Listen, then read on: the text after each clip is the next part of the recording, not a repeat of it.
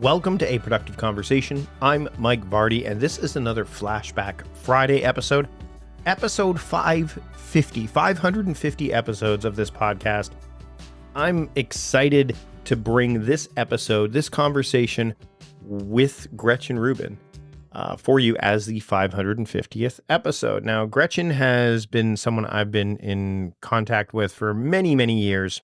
We had the opportunity to have this conversation when the Four Tendencies came out a number of years ago. Of course, there have been other books and other things that Gretchen has done since then, including Life in Five Senses. That is the one that I think is the most recent. But Gretchen's got a podcast now. Of course, I was part of the Four Tendencies course that she did that accompanied the book, The Four Tendencies, which, by the way, and you'll hear through this conversation, I think is the book for her, is the book. I know she wrote The Happiness Project and Better Than Before and again, Life in Five Senses, but there's something about The Four Tendencies that I really liked, and I'm sure you're going to get a lot out of this conversation now, considering how long that book has been out. So this was a conversation I wanted to bring back into the forefront as a Flashback Friday episode, especially for such a milestone episode as the 550th episode. So without further ado, here's my conversation with Gretchen Rubin about The Four Tendencies as episode 550 of A Productive Conversation. Enjoy. Gretchen, thanks for joining me today. I'm so happy to be talking to you. So we've crossed paths several times over the past few years back, we're talking the Happiness Project and, happier at home and Better Than Before. And we were just talking as we got underway about The Four Tendencies, which is your new book. But I started to see some of that stuff a couple years prior to the book coming out, right, at World Domination Summit. And even it was starting to infuse in some of your work earlier on. And you just mentioned the book's only been out since September of 2017. But it seems like it's been kind of bubbling on the surface for quite some time. Would that be fair to say? No, absolutely. You're right. Because it's a framework that divides people into four categories. Upholders, questioners, obligers, and rebels. And you're exactly right. I actually introduced this idea in my book, Better Than Before, which is about the 21 strategies that we can use to make or break our habits. And what happened was, as I was trying to understand patterns that I was seeing in how people were and weren't able to successfully change habits, I started noticing these weird patterns where certain people would give very much the same kinds of answers that didn't really make sense to me or were very striking to me. And that's what led me to understand this Four Tendencies framework.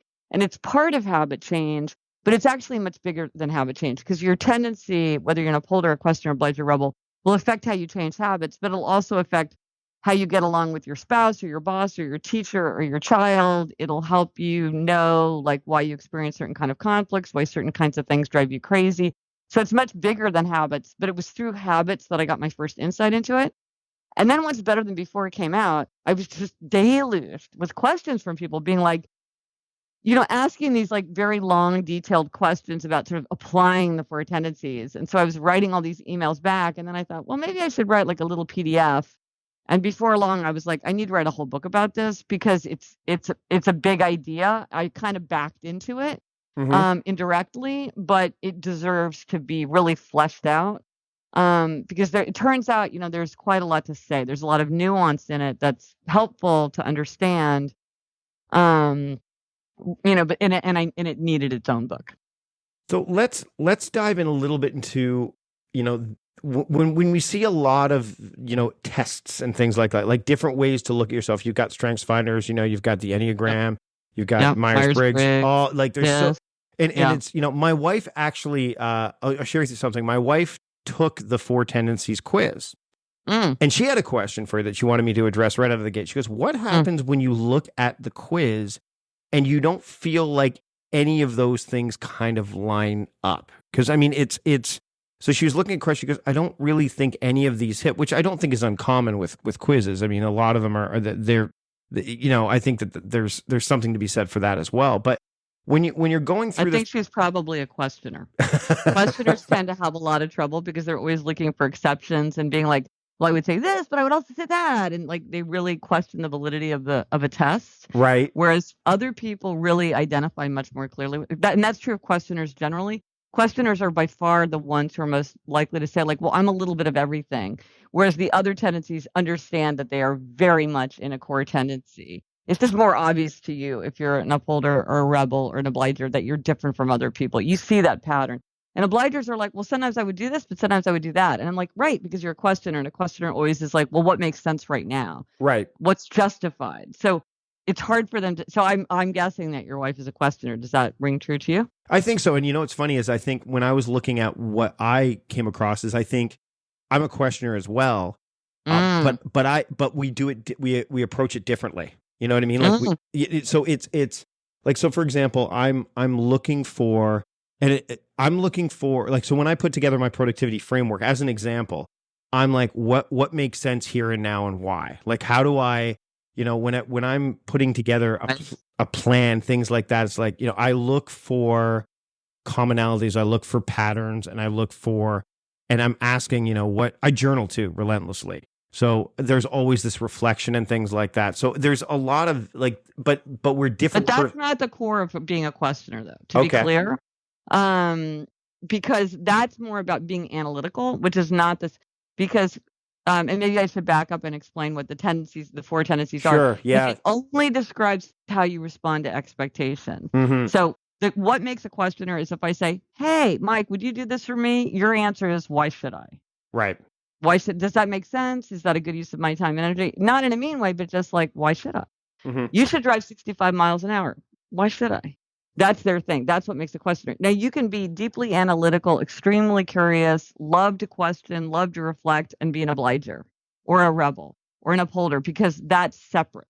This is only how do you respond to expectations. So you can look very different. But like with a rebel, you could have a rebel who's very idealistic, very considerate of other people's feelings, really wants to be successful. You could get another rebel who is a slacker, doesn't care about other people's feelings, doesn't care much about getting ahead in the world, and they look completely different. But if you said, hey, Mike, would you unload the dishwasher for me? They'd be like, yeah, you know what? You're not the boss of me. That's what it is to be a rebel, you know? And so anyway, so maybe I should explain the four tendencies, then we can get into the nuance. Yeah, because I think you know, when you look at it from that vantage point, and again, I'm looking at it again, because you're right, there's some analytical components to what I do, but I'm looking at it, and I'm probably, it's hard for me. I mean, I've done so many. That's the core of my initial question was, where would this fit in, or does this fit into so many of these other, you know, spectrum kind of analysis things that we see out there with, again, Myers-Briggs and personality tests. Where does this fit into the equation? And then, yes, explain. That probably will lead us to explain what each of the four tendencies are. Well, you know, I love personality frameworks, and I'm a big believer in that different vocabulary and kind of focusing on different things can really shine a spotlight on hidden patterns in our nature. So I love that kind of thing. I don't think that there's very much value in trying to get them to all to map onto each other, because each one has its own nuance and its own power. And when you try to say like, well, this equals that, a lot of times you lose a lot of that. Now, I will say, in like, one of the things I like about the Four Tendencies framework as opposed to some other frameworks is a lot of times frameworks are trying to explain a lot of things about you all at once. They're trying to paint a whole picture of you. And as I was just saying to you, with the four tendencies, I'm not painting any picture of you other than how you respond to expectations. This is a very significant aspect of your personality, but I don't know anything about you other than that. And it's funny because some people will be like, oh, the four tendencies map onto the houses of Hogwarts. And I'm like, no, they don't. And I'll tell you three names: Hermione, Fred, George. How is it that they are in the same house? Because they are clearly not in the same tendency. So it's like, but I'm not saying they couldn't both be Gryffindor. They both can be Gryffindor, but they're not in the same tendency because these things don't map on. And same thing with the Enneagram. I have a friend who knows a lot about the Enneagram and also Myers-Briggs, and was trying to explain to me the correspondences. And I'm like, you know what? Let everybody just do their thing, and I think a lot of times different models resonate with different people. Like it just clicks with you, or, you know, and so I don't worry about that so much. But all this to say, here's the four tendencies in a nutshell. And there's a quiz on my site, GretchenRubin.com. More than 1 million people have taken the quiz. It sounds like your wife took the quiz. But the fact is, most people don't even need to take the quiz. When they hear this brief explanation, most people can tell what they are. So it has to do with how a person responds to outer expectations and inner expectations, which we all face. We all face outer expectations like a work deadline, a request from a friend. We all face inner expectations. My desire to keep a New Year's resolution, my desire to get back into playing guitar. So there are upholders, questioners, obligers, and rebels. Upholders readily meet outer and inner expectations. They meet the work deadline, they keep the New Year's resolution without much fuss. They want to know what other people expect from them, but their expectations for themselves are just as important. Then there are questioners. This is what we were just talking about. Is your wife a questioner? Questioners question all expectations. They'll do something if they're convinced it makes sense. So they make everything an inner expectation. If it meets their inner standard, fine, they will do it, no problem. If it fails their inner standard, they will resist. And they typically rail against anything arbitrary, inefficient, unjustified. They love to customize. They love efficiency. Then there are obligers. Obligers readily meet outer expectations, but they struggle to meet inner expectations. And I got my first insight into this tendency when a friend said to me, the weird thing about me is I know I would be happier if I exercised. And when I was in high school, I was on the track team and I never missed track practice. So why can't I go running now? And this was a super important question for me because I was like, well, it is the same person. It is the same behavior. Why at one time was it effortless and now she can't do it? Well, she's an obliger. When she had a team and a coach waiting for her, no problem. When she's trying to go on her own, it's a struggle.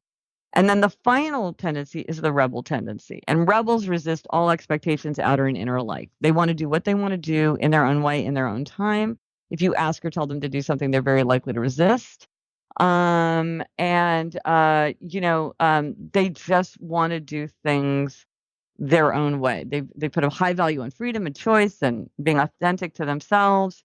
They can do anything they choose to do, anything they want to do. But if you ask or tell them to do something, they're very likely to push back. So those are the four. So do you still think you're a questioner too? No. What do you think you are? What do you think you are? I think, you know what? It's interesting because I think I'm probably more of a rebel now than I was. I would have been an obliger before. I think you're probably still an obliger then. Think so? Mm-hmm. Yeah, I don't think people change over time. No? Why is that? No, Why but, is that? but what happens to obligers is obligers sometimes get to the point of obliger rebellion, which is when they meet expectations, and then suddenly they snap and they're like, well, this I won't do.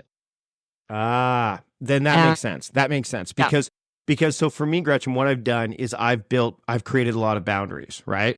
And okay, so already you're sounding like an obliger because obligers are people who talk about boundaries. Yeah. Other tendencies don't. They don't talk about self-care and they don't talk about boundaries. Okay, so then because what I've had to do, like, so for example, when I work with like I do coaching, right, with clients, and I used to just say, yeah, when do you want to meet with me? When do you want to meet with me? Then what I realized that there was burnout that was happening, clearly burnout. And so what I did was I obviously, rather than me being the person that said no, I have a scheduling link. And it creates the appearance of, wow, look at all the options that I have when someone books an appointment. But what they don't see is what I've blocked out for myself. Right. So it's a boundary that still allows me to feel like I'm obliging, but I'm obliging within my own terms. Does that make sense? Right. So what obligers, absolutely. And I think that's a brilliant solution. That's a great, I'm always looking for how obligers deal with that tendency. And that is I'm going to add that to my arsenal to suggest to people, because what you see with obligers is when they have an inner expectation that they want to meet, or when they find it hard to say no to outer expectations, what works for them always, and this is like the solution, that it's like the one and only solution, is outer accountability. Mm-hmm. They need outer accountability even to meet inner expectations. So what you've done is we're finding it hard to say no or to do it at your own convenience. So you set up something else to be a structure that would do that for you. Right. That would create that would kind of take over, that would be sort of your virtual assistant who would handle that so that you didn't have to. Yeah, I trust the structure more than myself. Right. Well, and it's interesting because and so for obligers, it's like, okay, if you want to read more, join a book group. If you want to exercise more, take a class, work out with a trainer, take your dog for a run every day. And he's going to be so disappointed if he doesn't get for a run. Then sometimes you could do things like think of your future self. Mike right now doesn't feel like exercising, but future Mike is going to be so disappointed. Mm-hmm. You've been so good about going for those runs. Oh God, future Mike is going to be really, really annoyed if Mike right now doesn't go for that run. So there's a lot, or I need to be a good role model for somebody else. So I'm going to do this because I want to model the kind of behavior that I want others to see and learn from. So there's a million ways to create outer accountability. And I like yours of getting a tool. I heard a funny one where somebody she lived alone and she wanted to get up earlier. She didn't have a dog and she was totally immune to snooze alarms. And what she did is she used Hootsuite, the Yep. social media management platform tool, to create a very embarrassing Facebook post that posted every day at 7:30 a.m. or whatever, unless she got up to turn it off. So she had to get up to stop Hootsuite from posting this embarrassing Facebook post. So again, it's like, instead of trying to be like, I should have more willpower, I should have more self-control, I need to do it, or like I should stand up for myself, I should create, it's like, no, I'm going to use technology to create a structure so that it happens without me having to use that kind of mental willpower, which is very draining and often doesn't work. It lets us down a lot, that mental energy. So good to find a prop for it. We talked about how people love to, when they're doing these kind of personality tests, and when they're trying to, when they associate this with this kind of thing, they want to tether it to something to almost, I wouldn't say make it matter more, but strengthen it. Do you know what I mean? So they can get access to it. Do you find that when people are reading the book or going through the Four Tendencies, that they, even though they probably know what they are, that they fight, they try to rail against it? Like they try to say, okay, well, I'm this way. I tend to, this is my tendency, but I don't want to be that way. And obviously in the book, you kind of help people say, look, this is your tendency. Here's how you can navigate it, right? Mm-hmm. Yeah, no, I hear from people a lot who don't like their tendency, or people who say, I want to change tendencies. Can you tell me how to change tendency?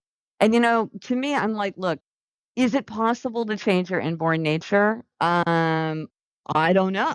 I mean, if it is, it's extremely difficult and it may be impossible, but it's super easy to just set up circumstances and situations to take your tendency into account and to deal with whatever kind of limitation or weakness you're experiencing, so you get where you want to go. The same as if you were a different tendency. So my response is, there's nothing wrong with you. Whatever tendency you are, there are many people, many successful people, many losers in your tendency with you. They all face many of the similar challenges and frustrations that you've faced. There's tons of tools and strategies that people have developed over time cleverly to deal with this. So rather than bemoaning what you are, just, you get what you get, you don't get upset, and you just work with it to get where you want. So if you're an obliger who wishes that you were an upholder, I'm like, well, create outer accountability and you will be indistinguishable from an upholder. Mm-hmm. Or if you're a questioner and you're annoyed with yourself because you're experiencing analysis paralysis, this is something that some questioners experience, where their desire for perfect information means that it makes it hard for them to make a decision or move forward because they just want more and more and more information. It's like, this is a thing that happens sometimes to questioners. That's not surprising. You can set deadlines, you can set limits, you can use trusted advisors. There's all kinds of ways that questioners have come up with to deal with this. You don't have to change tendency. You just have to deal with this very specific problem. And that's not that hard once you understand what the true issue is. I think sometimes with the tendencies, people have kind of misdiagnosed what the problem is, or they blame themselves. Like they're like, everybody tells me to make a to-do list and that I should start every day with a list of my priorities. But the minute I make a to-do list, I refuse to do anything on it. Like, what do I do about that? Something's wrong with me. And I'm like, no, you are a rebel. This is very common among rebels to have this feeling about to-do lists. And here's all these clever solutions that rebels have come up with to handle the fact that they don't use to-do lists in the way that the other tendencies do. But sometimes the sort of experts will say, like, well, this is like the magic tool that everybody should use. And so then people blame themselves when it doesn't work for them. Yeah. And it's like, no. Many rebels have told me how they don't use to-do lists, some with pride, some feeling guilty or kind of embarrassed about it. I'm like, this is a thing. Lots of rebels talk about this. There's lots of solutions. So don't beat yourself up. There's other ways to skin a cat. There's other ways to get stuff done.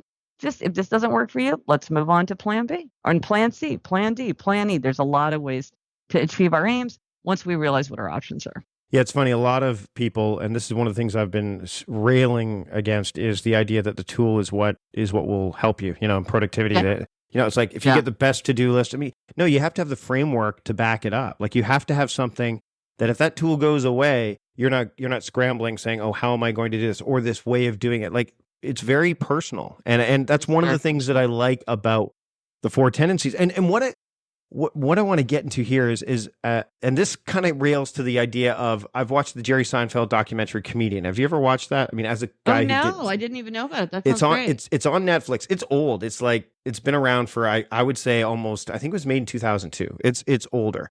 And it shows how he approaches comedy versus how another comedian approaches it. And this other comedian is using Excel spreadsheets, and he's designed this, like, it's almost down to a science more than an art. Whereas Seinfeld's, pulling over at the side of the road and filling out jokes as they come to mind in an index card. But one of the things that he mentions is that when you're a comedian, you see the world through the lens of a comedian, even when you're not on stage, right? Like, it's part of who you are. And since I've noticed, I mean, I'm going to link to your post about NaNoWriMo, for example, which, right. The idea. And I'm wondering, because this has happened to me with my work, and I think it tends to happen with writers and because you had the Happiness Project. And do you find that the Four Tendencies you're looking, like, do you find that you look at things through that lens now more than ever before, and almost serendipitously, and maybe even sometimes to the point of annoyance, maybe? No, absolutely. I see it. And it's funny that you mentioned the Happiness Project, because now looking back on it, my upholder, I'm an upholder, is my tendency. And my upholderness is written all over that book. But I had no self-awareness of that at all. Like, I had no idea that I was different from other people, or how I was alike some people. And my tendency is a small tendency. Not that many people are upholders. And in fact, that's one of the reasons that I understood the tendencies, because after the Happiness Project came out, it's all about this experiment I did where I test drove all these ideas about how to be happier. And people would say to me, for years, people have been saying to me, but how did you get yourself to do all those things? And I said, well, I thought they would make me happier. So, I decided to do them. And they said, but how did you get yourself to do them? And I'm like, I don't really understand your question. But it was so persistent that I'm like, finally, I caught a clue and was like, I'm different from a lot of people. My experience is not the same as what a lot of people are experiencing, because why are they asking a question? That led me to Better Than Before. That led me to the Four Tendencies. But you're right. Like, I'm watching TV and I'm watching Game of Thrones, and I'm like, Stannis Baratheon, he's an upholder, or, I'm reading Andre Agassi's memoir, Open, brilliant memoir. And I'm like, oh my gosh, he's textbook Obliger. Yep. Or It's a Wonderful Life, George Bailey, total obliger, who falls into deep obliger rebellion. It's like classic obliger rebellion. That's when he's almost throwing himself off the bridge. So yes, I do. And I will be talking to people, and there's certain things that people say where I'm like, okay, I think I'm getting a picture of what you are. Yeah. You're going to go to the new Star Wars film and go, okay. Oh, 100%. Yeah. And one of the things that's been very helpful is in my work, because I don't have a boss or employees. Like, I'm kind of a solo person, but I collaborate with a lot of people. So I work with teams of people doing my podcast or my newsletter or whatever. So I engage with people in a work setting, but usually by email, because I'm in my home office all the time. But knowing their tendency definitely affects the way that I communicate with them. Absolutely, I will craft an email ever so slightly differently with the person's tendency in mind, because I know how to push somebody's buttons for the better or for the worse, because there's just little things that you can do. And I see this in signage. Like, one of my favorite things always when I go to a workplace is to look at the signs in the kitchen. I just get the biggest kick out of it. And I can see signage. I have this app, the Better app, where people go to talk about the Four Tendencies, and, they form accountability groups and do all this stuff there. And a big thing that I often post about is signs, because I just love kind of signs. Signs are people trying to get you to do something. And so often they're so bad, but then sometimes they're great. And people seem to get a big kick out of that, because it's like, you can communicate. The way you communicate has a big effect on how effective that communication is going to be. Thank you for not smoking will make some people enraged. Thank you for not speeding through our town. It's like, I am going to speed up because you can't tell me what to do. Don't go ahead and thank me. Don't think that I'm going to do what you tell me to, because I'm not. Yeah. Putting thanks in advance in an email can be a death. I'm an upholder, and I find that annoying. It's subtext is a big thing too, right? Like, I mean, that's what a lot of a lot of people don't recognize. It's like, I mean, for example, and I talk about this with clients, is like they struggle with email, for example. So they're more concerned about the content than than the context and even the subtext. They'll send an email at 3 a.m. and then they'll wonder why they get emails at 3 a.m. I'm like, but because it's not so much that you're saying you're available at 3 a.m. when you send. There's all these hidden messages that you send. And it's interesting because you talked about the fact that as an obliger, which, and the more I'm thinking about this and the more I'm looking at some of the links we're going to share, I'm like, yep, you're right. But you mentioned that an obliger can present themselves like an upholder. And I find that we talked about these boundaries and these frameworks in place, that it does tend to do that.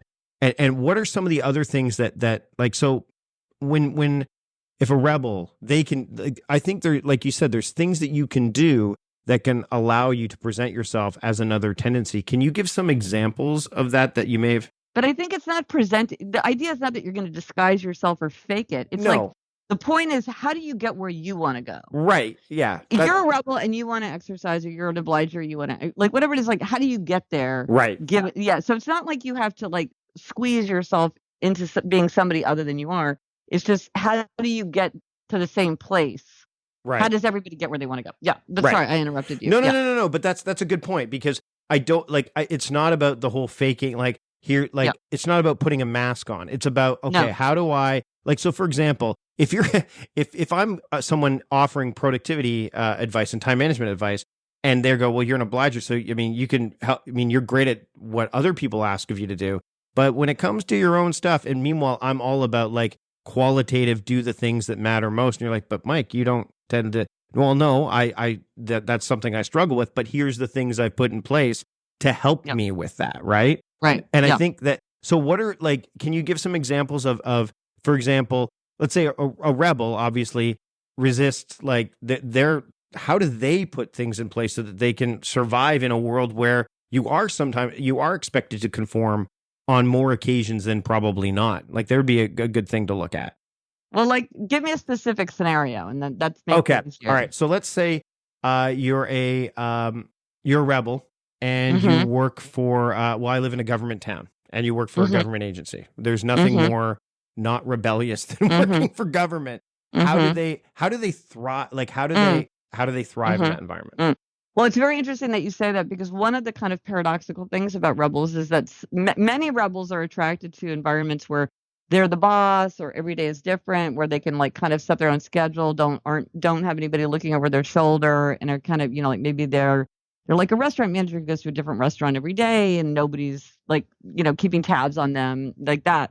But many rebels, to my surprise, I found, are attracted to areas of high regulation, like the military, the police, the clergy, the government, and large corporations with lots of rules. And I was really puzzled by this when I started noticing it, and I would talk to rebels about it. And what I found is that for some rebels, they feel like if there's no structure around them, they almost stall out. Some rebels, it's like they thrive in that, and they'll like do their own thing, and they'll blow everybody away because like they're the best top salesman ever, because they can just do what they want when they want. But some people need something to push against. It's almost like they need the side of the swimming pool to push against, to give them their energy. And so they like to be in an environment where they can kind of like push against the rules. So if you look at what they're actually doing there, they're probably pushing the envelope quite a bit. And a lot of these institutions actually kind of have give for that there is a little bit more give in the system than you would imagine. But sometimes there's not, or sometimes in some situations you really have to toe the line. So how do rebels do that? So I spoke to a rebel who worked for like a very large tech company, very, very famous. You can guess which one, one of the few that it would be. But anyway, I was like, how do you work at this place? Because man, this thing is on lockdown. I mean, you're signing in, you're signing out, they're tracking you around the building, like they are watching, like, And he said, well, you know what?